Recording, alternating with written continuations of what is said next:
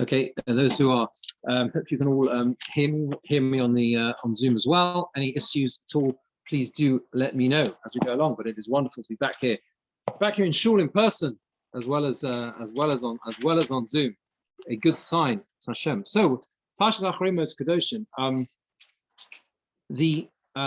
Rav Hirsch points out in the beginning of Parshas Kedoshim something I mentioned before, which is the whole question of if the order of Vayikra is complex, exactly how things are ordered, where they are, what the function of the particular the order has a very, very specific meaning, and he specifically points out the fact that Perek Yud Tes, which is the centerpiece of Kedoshim, and not just Kedoshim, but the whole centerpiece really of Vayikra as a whole, right? That whole Kedoshim Tiyu and all of the mitzvahs that are included within that first section, that first part of Vayikra, is actually sandwiched between two parshas which really go together.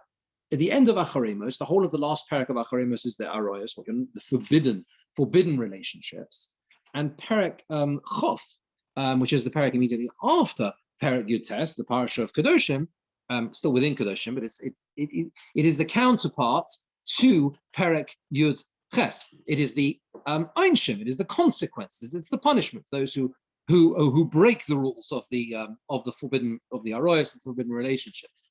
Now, and it's much, the continuation is really direct in the sense that it ends. The end of Achrei Mos ends with the Isser of Moilech, when they used to put the children through fire. This Avodah Zarah element, but they used to do this very strange act. And at the beginning of Perek Chof in Kedoshim actually begins with the punishment for Moilech, right? So it's like a direct continuation. The end of Achrei Mos, and you go straight onto you skip that whole center Perek, and you go straight onto the beginning of the consequences that result as a result of a person not keeping these halachas. So what you see, he says, is that kedusha itself depends on the fulfillment of these halachas. The idea being that a proper moral, upright approach, the regulation of family life, right, which is essentially what's being described here, that is essential for anything to start, right? That's all the negative side.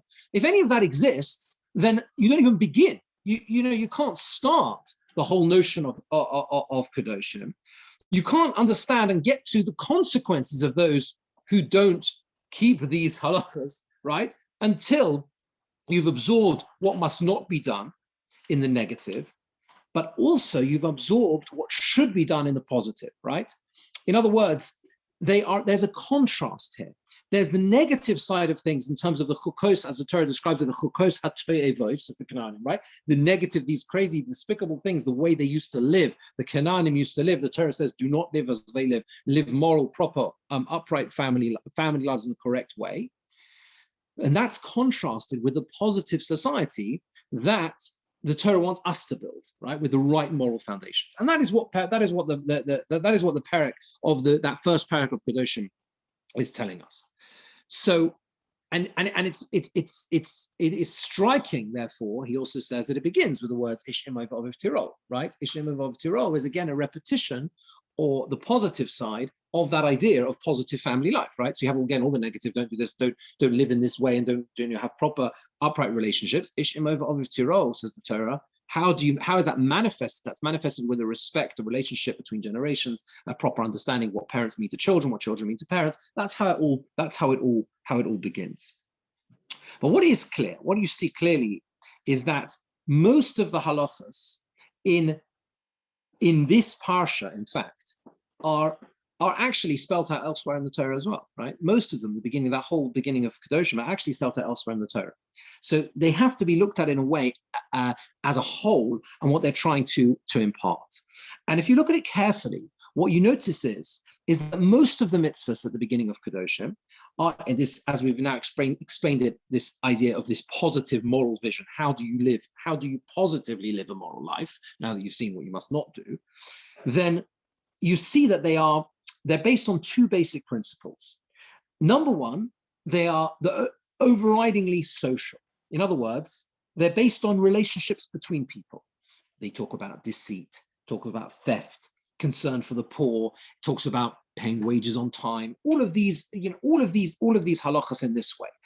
They are overwhelmingly social in that sense, but they're also based on traits of character. It's about being sincere, it's about being upright, it's about being honest, it's about being brotherly love, it's about forgiving. It's all of those positive character traits that lead to the positive social relationships. And that's why I think that we can call this idea, and Hirsch uses these words as well, that this is a parsha which is focused on the notion of social morality. What is social morality? It sounds like a very fancy term. It's not really.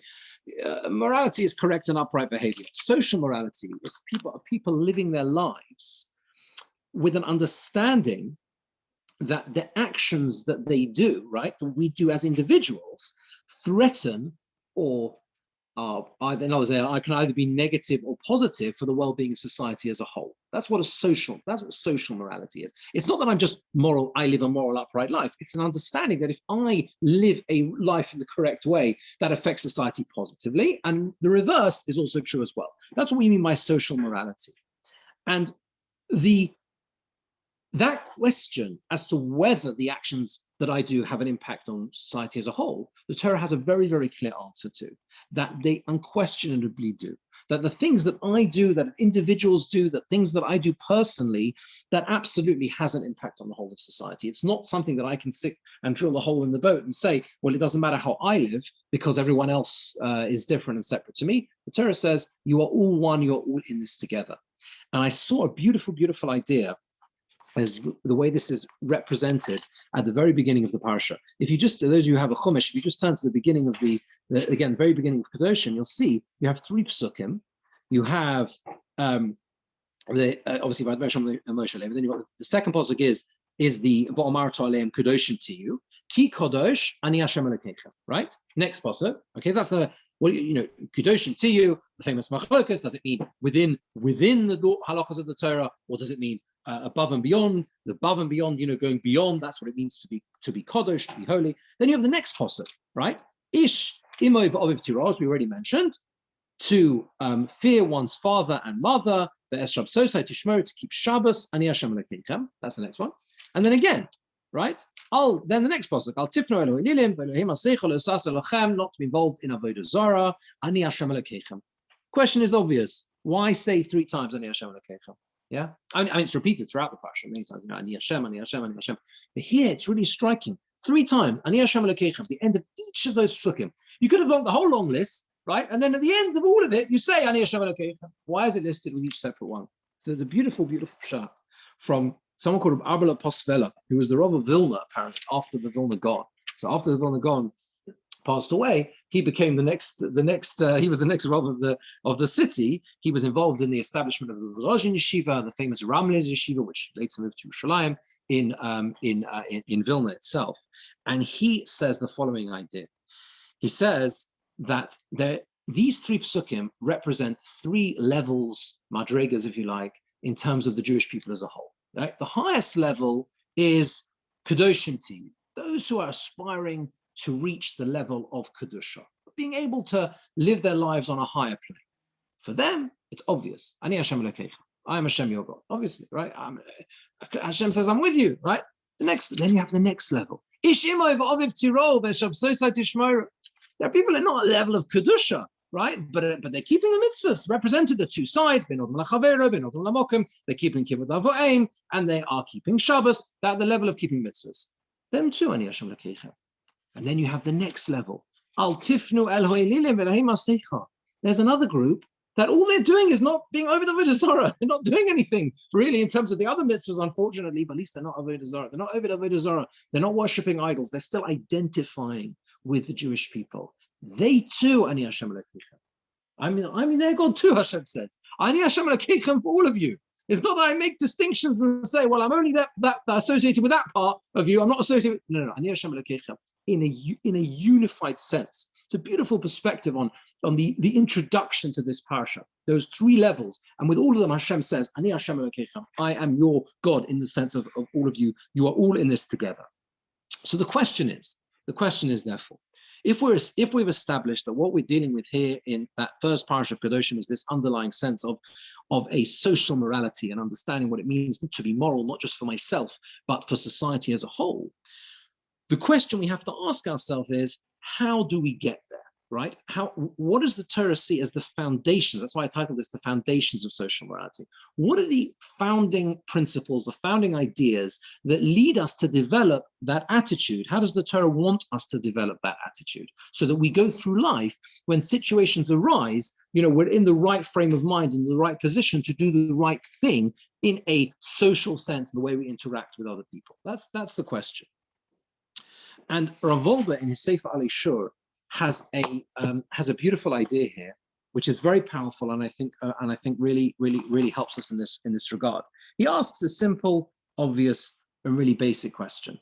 That he says everything that the Rishonim say, Rashi, Ramban, every word is measured and is weighed. Why do we need to say it? Do they need to say this? In what context? Everything has a meaning. Everything has a specific function, and yet you have 5 times. There are 5 Rashis, right? 2 in this week's Parsha and 3 in Bahar, where Rashi says exactly the same thing. He says the same thing, right?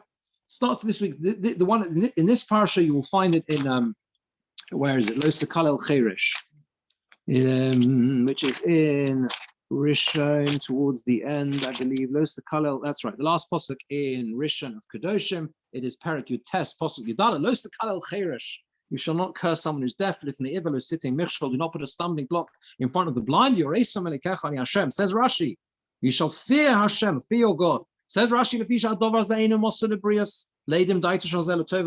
people don't know whether this is, people can't tell whether your intention is good or bad. A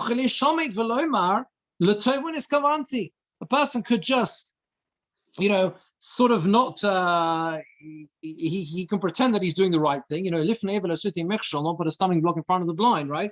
As Rashi explains in the previous Rashi, what does that mean? That means a summa badova, someone who's blind to a certain thing. You give them a bad piece of advice. No one knows.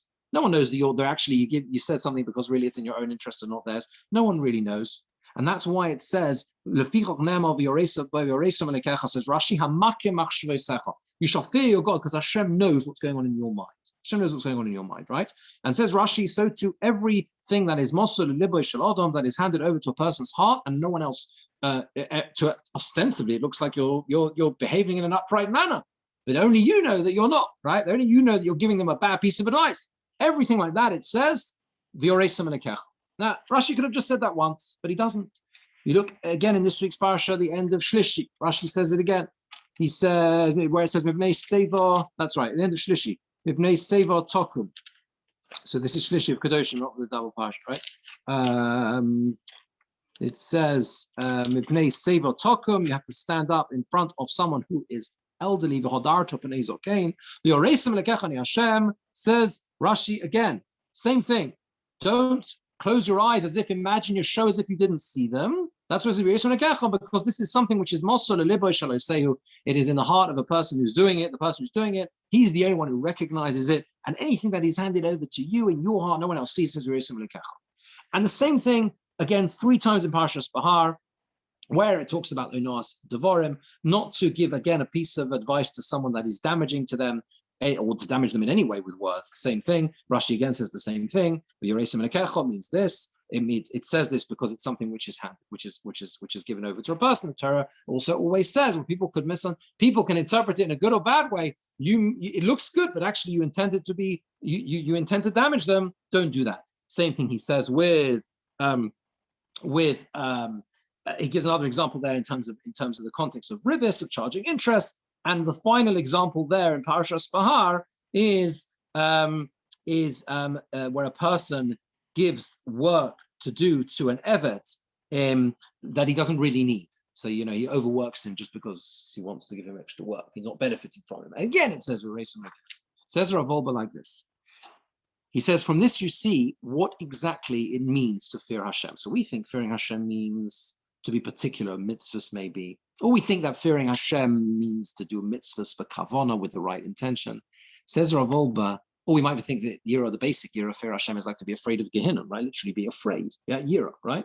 Fear. He says, there is an element of Yiras Hashem, fearing Hashem in all of those contexts. But he says the depth of it is the real sense of Yiras Hashem is what's going on in our innermost thoughts, what he calls b'mistarim shelanu, what is really going on within our hearts and minds. That anything that is personal, that is had, that only we know, right? Our rationale and motives behind what we do, that is the real depth of what it means to fear Hashem.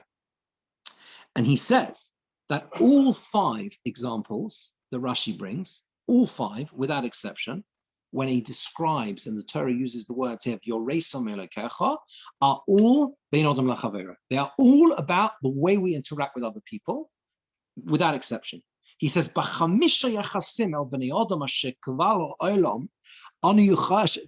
the world, with these 5 ways of relating to people, when vis-a-vis the rest of the world, we look perfect, we look great. I'm helping someone, I'm giving them a piece of advice. No one knows that actually really the advice isn't so great, but it's really good for you. You're selling them a car and you're like, this is a great car. This is a great car. No one knows. It looks great. Only you know that the engine's broken, right? Okay, I'm taking an extreme example. That's Geneva. But anyway, that's more than just giving a bad piece of advice. But you understand this idea. Only no one else knows. We have some personal reason for doing what we're doing, even if we know it's incorrect. And that, he says, is the test really of a person. That is why we say, Anochi Hashem Elokecha. I am Hashem, your God. That's personal. That's in the singular that time. Why? Because I'm developing that relationship. Because only Hashem knows how I was going on inside me in these areas, right? And that's really what Yiras Hashem in itself actually is. In other words, what Rav is saying here is that when we talk about fear of heaven, fear of Hashem, what we really mean is a sense of a personal moral compass, right? As defined by the Torah, that when we say the words, Anochi Hashem Elokecha, I have a relationship with Hashem, which guides the way I look at situations like this in life, and I make a decision, should I do this, should I not do this, when no one else is going to know, okay? We say every morning in davening, which is actually from Tana de Be'eliyah, we say, La'olam Yehei Adam, Yirei Shamayim B'seisa. A person should always have fear of heaven, B'seisa in private. We say of a goloi in public as well. It could be that in the original, in Tana de Be'eliyah, it just says B'seisa in private, I'm not sure. So he seems to quote it like that here. And then we say, Umoida al ha'emes, okay, Umoida al ha'emes, V'dova emes bilvava, and to admit the truth and to speak truth in one's heart. So you see that to arrive at that level of Yiras Hashem that the Torah wants us to develop, the idea that we relate to all of these mitzvahs in the social context, bein adam lachavero, we relate to them in the sense that with a sense of a personal relationship with Hashem, a sense of I know within me what's the right thing to do or not to do in these situations. We arrive at that through the idea of dova emes bilvavo, that a person themselves admits in that sense to what's true. What is the right thing to do? What is the correct thing to do in this situation? So if a person, for example, if a person would be told, you didn't really intend that for the right reasons, you didn't really do that for the right reasons, you didn't really actually, give that good piece of advice, to use the example of lifnei evelo sitting mechshel, put a stumbling block in front of the blind, if someone would say, actually, you didn't really have the right intentions there, and you might have perhaps been trying to lead them astray. If a person has the strength of character to be able to admit and say, actually, I'm moida al ha'emes, actually, the truth is, I didn't do the right thing there, that leads the person to true yira, to true fear of Hashem. That's what he says. That's what he says.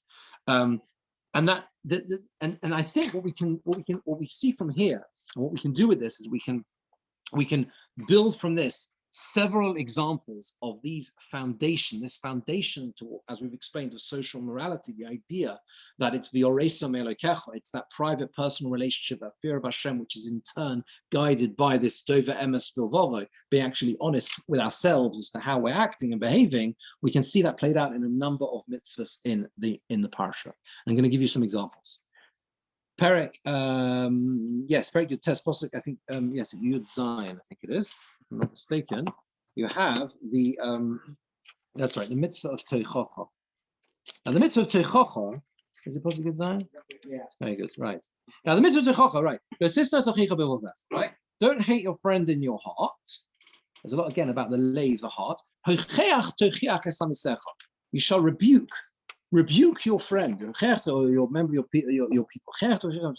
This is a very, very difficult mitzvah. It's a very difficult mitzvah to do, and it's one that requires an extreme caution. To rebuke someone else, there's extreme. It carries a health warning in many respects. But the central question here is, what is the mitzvah of Teichocha? What exactly is the mitzvah? Is it a mitzvah bein adam lachaveroi, or is it bein adam lamokum? In other words, we would generally think, perhaps, if we look at this and we think, why would you need to tell someone if they're doing the wrong thing? Well, because Hashem wants people to keep the mitzvahs. You see someone not doing the mitzvah, right? So you should be there. You should be there defending Hashem's honor, so to speak, okay? And if so, it's a mitzvah bein adam lamokum, it's a mitzvah between us and Hashem. The problem, says Rabbi Yaakov Kamenetsky in Emes Liyaakov, he says, he has a long piece on this, he says that the problem is, if that was true, so why is it that the mitzvah of teichocha, of rebuking someone, has clear limitations in halacha? So he says, for example, he brings a Gemara in Eruchim, that there are certain, if a person is trying to fulfill the mitzvah of rebuking someone else, of teichocha, and someone is, let's say, cursing him as a result, he's getting shouted at for what he's trying to do, so he no longer has that mitzvah. Okay, all right. So in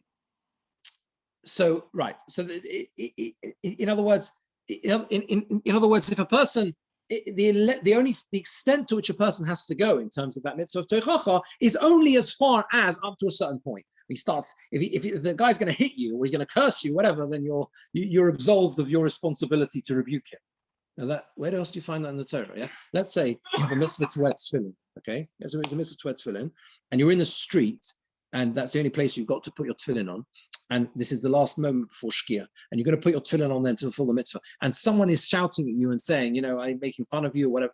You still got a mitzvah of tefillin, and so what? I mean, that doesn't absolve you of your mitzvah. So why are you absolved of this mitzvah of teichocha just because the guy is shouting? Says Rabbi Yaakov Kamenetsky, you see from here that the whole essence of the mitzvah of teichocha isn't a mitzvah bein adam lamokum, between a person and Hashem. It's a mitzvah bein adam lachavera. It's about our relationship with other people, and that's why it is couched within all of the other mitzvahs of bein adam lachavera.